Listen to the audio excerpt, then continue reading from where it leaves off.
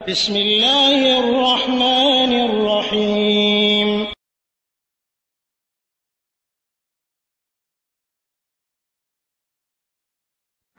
ওয়ালাইকুম আসসালাম রহমতুল্লাহি ওয়া বারাকাতুহু।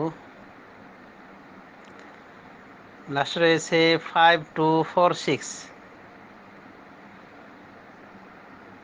বোন, আপনি জানতে চেয়েছেন যে আপনার একদিনই আপু তার ভাই তাবলীগ করেন এবং তিনি তার স্ত্রীকে সাথে নিয়ে 3 দিনের দাওয়াতি সফরে যেতে চাইলে এই দিনই বোন তাকে বাধা দিলে সে বলে যে এলেম অর্জন করা তো ফরজ, সেই হিসাবে এলেম অর্জন করার জন্য আমরা যাচ্ছি 3 দিনে। 3 দিনের কোর্সে আমরা এলেম অর্জন করার জন্য যাচ্ছি। তাই এই আপুর প্রশ্ন যে এইভাবে এলেম অর্জনের জন্য কি স্বামী স্ত্রীকে 3 দিনের জন্য বের হয়ে যেতে হবে বাড়ির বাইরে, অর্থাৎ স্ত্রীকেও কি যেতে হবে দিন শিক্ষার জন্য এভাবে 3 দিনের কোর্সে? এক কথায় এভাবে 3 দিনে বের হওয়া, 7 দিনে বের হওয়া, 40 দিনের কোর্সে বের হওয়া, যেটা হয়ে থাকে তাবলীগ জামাতের ভিতরে, এর বিধান সম্পর্কে জানতে চাওয়া হয়েছে।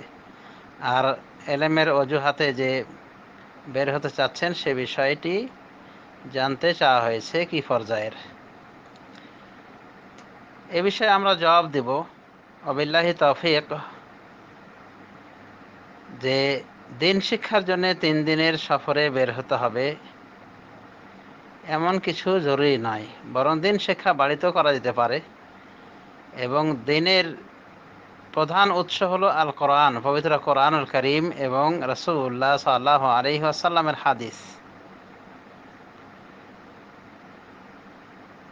আর এই কোরআন হাদিস বাড়িতে রয়েছে, অনুভাবে বাড়িতে নিজস্ব এলাকায় ভালো কোনো আলেমের মাধ্যমেও তো এই দিন শিক্ষা করা যেতে পারে। সুতরাং দিন শিক্ষার অজুহাতে 3 দিনের জন্য বেরিয়ে যাওয়া, 7 দিনের জন্য বেরিয়ে যাওয়া সংসার পরিত্যাগ করে, আর এটা ফরজ বলা, এটা অবশ্যই যুক্তিগ্রাহ্য কথা নয়। তালাবুল ইলমি ফারিদাতুন আলা কুল্লি মুসলিম, এলেম অর্জন করা প্রত্যেকটি মুসলিমের উপরে ফরজ। ইবনে মাজার হাদিস, এবং হাদিসটি বিশুদ্ধ। এর অর্থ এই নয় যে 3 দিনের জন্য বের হতে হবে, 3 দিন বা 7 দিন বা 40 দিনের কোর্সে বের হতে হবে এবং নির্দিষ্ট একটি দলের সাথে। এবং বিশেষ করে তাবলীগী ভাইদের বিষয়ে আমরা যতটুকু জানি, তাদের ভিতরে দিনের ফজিলত যতটুকু শেখানো হয়, দিন ততটুকু শেখানো হয় না। এবং এর বাস্তব আমরা বলতে পারি যে বর্তমানে যে ফাজাইল আমল, যেটাকে নিয়ে তারা বেশি মাজা ঘষা করেন এবং কোরআন হাদিসের চেয়েও বেশি গুরুত্ব পেয়েছে তাদের নিকটে, এই ফাজাইল আমলের ভিতরে দিন শিক্ষার তেমন কিছুই নাই বললেই চলে। কলেমার ফজিলত রয়েছে, কিন্তু কলেমার প্রকৃত অর্থ, কলেমার দাবি, কলেমা কি কি কারণে ভেঙ্গে যায়, অর্থাৎ কী কারণে নন মুসলিম হয়ে যায় একজন মুসলিম, কিছুই পাওয়া যাবে না। নামাজের ফজিলত রয়েছে, কিন্তু 2 রাকাত নামাজ পড়ার তরিকা সেখানে পাওয়া যাবে না। রোজার ফজিলত রয়েছে, কিন্তু কি কি কারণে রোজা ভেঙে যায়, রোজা ভঙ্গের মাসালা, রোজার বিধি বিধান বিস্তারিত কিছুই পাওয়া যাবে না, না সংক্ষেপে না বিস্তারিত, শুধু রোজার ফজিলত।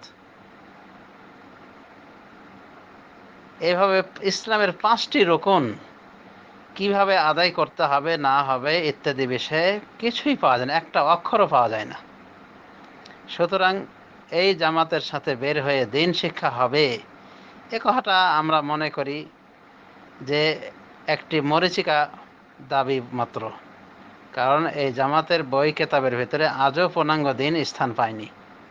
ফাজাইলা আমলের ভিতরে দিন শেখার কিছুই নাই, সেখানে যা আছে সেটা হলো ফজিলত, আর সেখানে ফজিলতের বিষয়ে জাল জয়ীফ আর মিথ্যা কথার আশ্রয় নেওয়া আছে, অনেক বানাওয়াট কিস্সা কাহিনী রয়েছে।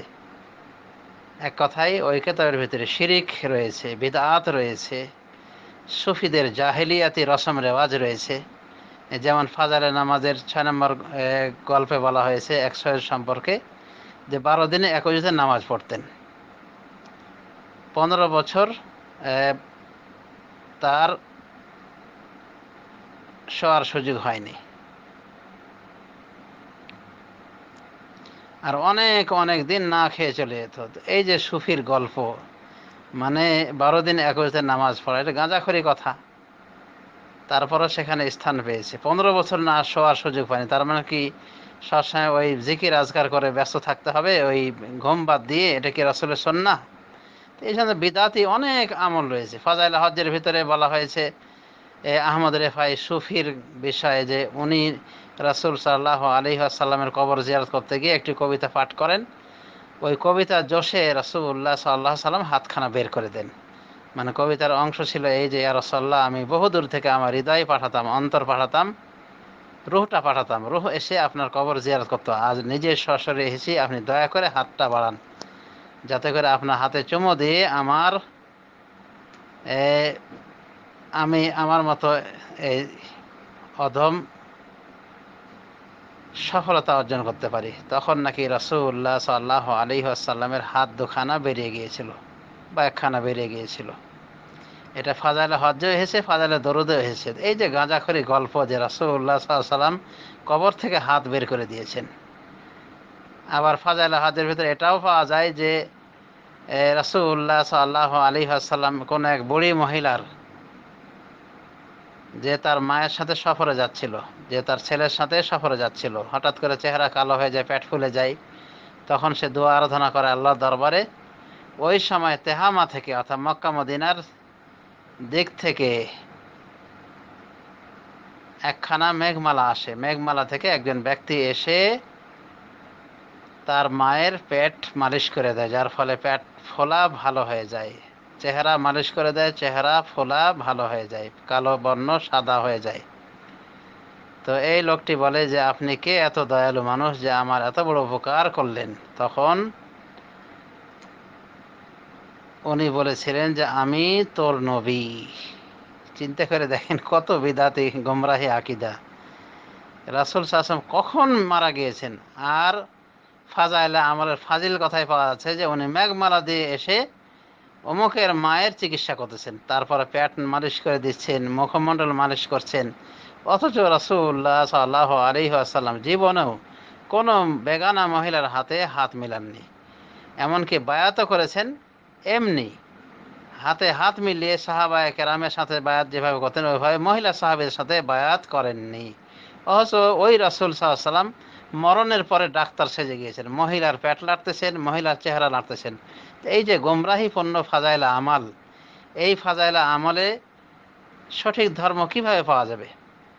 আর নাই তো, কলেমার বিস্তারিত ব্যাখ্যা নাই, কলেমা পাঠ করা কি কি কলমার পরিপন্থী বিষয় কিছুই নাই, নামাজের বিষয়ে কিছুই নাই, নামাজ আদায়ের পদ্ধতি, রোজার বিষয়ে কিছুই নাই, রোজার তরিকা, রোজা ভঙ্গের কারণ, রোজার কাফারা, এতে কিছুই পাওয়া যায় না। তো কি শিক্ষা হবে? তারপরে 3 দিন 7 দিন এভাবে ধার্য করে মানে বাধ্যতামূলক করে নেওয়া, এটাও একটা ধর্মের নামে বাড়াবাড়ি। এমনকি দেওবন্দ দারুল উলুম, যেটা আমাদের হানাফি দেওবন্দি ভাইদের বলা যেতে পারে আমাদের মদিনা ভার্সিটির স্থানে, মানে এত মর্যাদাশীল তাদের নিকটে এই দেওবন্দ দারুল উলুম প্রতিষ্ঠান। তো এই বড় মাসা থেকে ফতোয়া বের হয়েছে তাবলীগের এই চিল্লা সম্পর্কে, সাপ্তাহিকা সম্পর্কে, 3 দিনে বের হওয়া সম্পর্কে। তারা বলেছেন যে এভাবে বের হয়, এই নিয়ে বের হওয়া ওয়াজিব, ফরজ, সুন্নাত কিছুই না। তারা বলছে এটা মুস্তাহাব, যদি কেউ বের হয় তো হলো, না হলে তাকে কিছু বলা যাবে না, এবং এটা ছাড়াও জান্নাতে যাওয়া যাবে, এইভাবে বলেছেন। এরপরে বলেছেন যারা যায় না এই সমস্ত চিল্লাই বা সাপ্তাহিকায় বা 3 দিনের কোর্সে, তাদের সম্পর্কে খারাপ ধারণা করা, এটা থেকেও তারা নিষেধ করেছেন। আর বলেছেন এসব বিষয় নিয়ে বেশি বাড়াবাড়ি করলে, এই শব্দ বলেছেন বিদআত কা রাস্তা খোল দেয়া যেতে হয়। এইভাবে বাড়াবাড়ি করা মানে এভাবে 3 দিনের দিন যাওয়া বাধ্যতামূলক করা, 7 দিনের দিন যাওয়া বাধ্যতামূলক করা, বা এরকম কিছু কেউ না করলে তাকে খারাপ চোখে দেখা। তো দেওবন্দ দারুল উলুমের মুফতি কেরাম বলছেন যে এর মাধ্যমে বিদআতের রাস্তা খুলে দেওয়া হয়। সুতরাং এই ভাইদের বিষয়ে আমরা বুঝতে পারলাম যে তাদের সিস্টেমটা না আছে কোরআনে, না আছে হাদিসে, অথবা না এটা ওয়াজিব, না ফরজ, না সুন্নাহ, কিছুই না। তারা মোস্তাহাব বলেছে, আমরা মোস্তাহাব বলি না, কারণ এখানে গেলে যে কোনো ধর্মের কিছু শিক্ষা মানে সঠিক শিক্ষাটা পাওয়া যায় এমন কিছু পাওয়া যায় না। ওই আজে বাজে কথা পাওয়া যায়, কিছু ধর্মীয় শিক্ষা পাওয়ার পাশাপাশি আজে বাজে ধ্যান ধারণারও শিক্ষা হয় এখানে গেলে। সুতরাং এভাবে নারী পুরুষ যাওয়াটা বলা যেতে পারে আমাদের দৃষ্টিকোণ থেকে, কোরআন হাদিসের আলোকে আমরা বলতে পারি যে এটি ঠিক না। বিশেষ করে নারীদের জন্য এভাবে এলেম অর্জনের জন্য ঘোরাঘুরি করা, 3 দিনের সফরে যাওয়া, 7 দিনের সফরে, 40 দিনের সফরে, এগুলি বলা যায় ধর্ম নিয়ে বাড়াবাড়ি। এভাবে বের হওয়ার বিধানটা তো বুঝতে পারলেন দেওবন্দ দারুল উলুম মুফতিদের জবানিতে। সুতরাং এভাবে বের হওয়া এবং এলেম অর্জনের অজুহাতে বের হওয়া, এগুলি বলা যায় মরীচিকা দাবি, যার বাস্তবতা কিছুই নাই। ইসলামের 5টি রকম শিক্ষার বিষয়ে কোনো কেতাবই আমরা দেখি না তাবলীগ জামাতি ভাইদের, মানে যেগুলি তারা পাঠ করেন বা পড়ান। যেমন ফাজাইল আমলের কথাই বললাম, যে কিছুই নাই সেখানে, শুধু ফজিলত, নামাজ পড়লে এই হবে সে হবে, তাও পর জালিয়াত কথা, যে 15 প্রকার শাস্তি হবে যে ব্যক্তি নামাজ ছাড়বে, বেনামাজি, 5 প্রকার কবরে মরণের সময়, 5 প্রকার কবরে, 5 প্রকার হাসরে, এভাবে একটা বলা আছে, সম্পূর্ণ জালিয়াত কথা। এক অর্থ নামাজ ছাড়লে 80 হোক বা জাহান্নামে যাওয়া লাগবে, আর এর একটা হিসাব, এত লক্ষ এত হাজার বছর থাকতে হবে জাহান্নামে, সব মুখস্থ কথা, বানোয়ার জালিয়াত কথা। এভাবে অনেক মিথ্যাচার প্রচার করা রয়েছে, লিখিত আকারে রয়েছে ফাজাইলে তাবলীগের ভিতরে, ফাজাইলে আমলের ভিতরে। সুতরাং এই দলটি নিজেরাই এলেম শিক্ষার মুখাপেক্ষী, তাদের সাথে বেরিয়ে সঠিক এলেম কিভাবে পাওয়া যাবে? অতএব সঠিক এলেম পেতে হলে কোরআন এবং হাদিসের দিকে, সহিহ হাদিসের দিকে ফিরে আসতে হবে এবং ফাজাইলে আমল টামল বাদ দিয়ে কোরআনুল করিম এবং তার তাফসির এবং সহিহুল বুখারী অধ্যয়ন করা উচিত। আর এটা ঘরে ঘরে আমরা আনতে পারি, ব্যবস্থা করতে পারি। আল্লাহ রাব্বুল আলামিন আমাদেরকে সঠিক বোঝার তৌফিক দান করুন এবং এই সমস্ত তাবলীগী ভাইদেরকে তাদেরকে সিরাতে মুস্তাকিমের উপরে প্রতিষ্ঠিত রাখুন এবং তাদের ভিতরে যে সমস্ত বিদআত, কুসংস্কার, শিরিক রয়েছে সেগুলি থেকে তাদেরকে মুক্ত হওয়ার তৌফিক দান করুন। আমিন। ওয়া সাল্লাল্লাহু আলা নবী মুহাম্মদ।